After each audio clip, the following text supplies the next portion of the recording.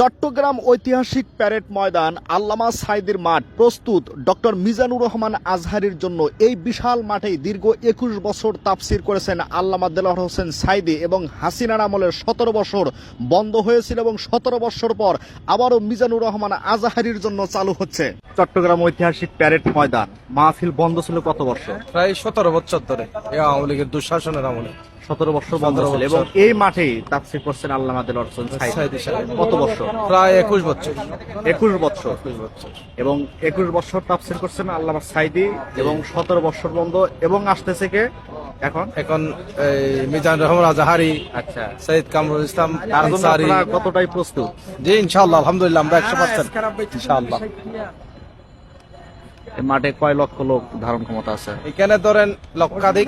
এরপরে আমাদের সুদূর আন্দরকিলা থেকে বহদ্দারহাট ২ নম্বর গেট টোটাল ২৫-৩০ লাখ মানুষ ধরার ব্যবস্থা আমাদের করছেন।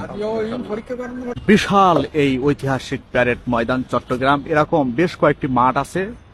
আপনারা দেখতেই পাচ্ছেন যে এই মাঠ কিন্তু প্রস্তুত হচ্ছে ডক্টর মিজানুর রহমান আজহারীর জন্য। এখানে তাফসীর করছেন বিগত ২১ বছর আল্লামা দেলোয়ার হোসেন সাঈদী এবং ১৭ বছর স্বৈরাচার বন্ধ করে দিয়েছিল। আবারও এই মাঠ প্রস্তুত হচ্ছে ডক্টর মিজানুর রহমান আজহারীর জন্য।